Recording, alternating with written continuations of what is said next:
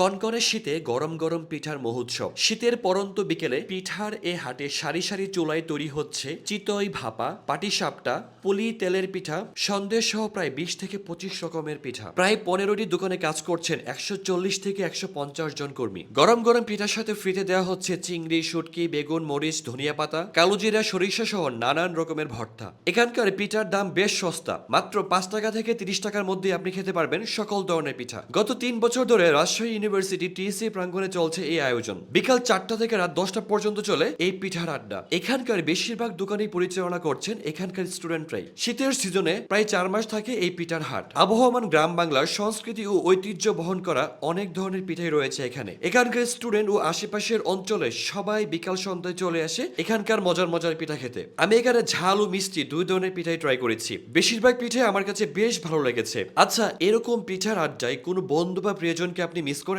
এরকম সুন্দর সুন্দর পিঠার আয়োজন আর কোথায় কোথায় হয় অবশ্যই কমেন্ট করে জানাবেন।